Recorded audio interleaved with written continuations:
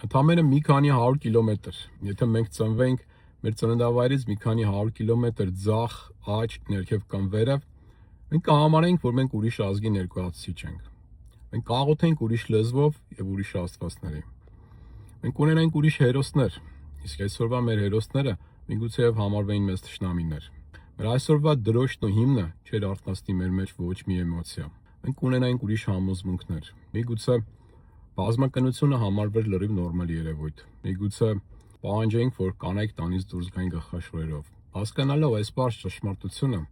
հասկանում ես, թե ինչքան փխրուն է այն իրականությունը, որի մեջ որ ապրում ենք մենք։ Դա ընդհանրապես գոյություն ունի, որովհետև մի խումբ մարդիկ ապրող նույն տարածքում համաձայնացրել են այդ իրականությունը։ Որոշել են, որ իրանք ուզում են ապրեն այդ տիպի իրականության մեջ։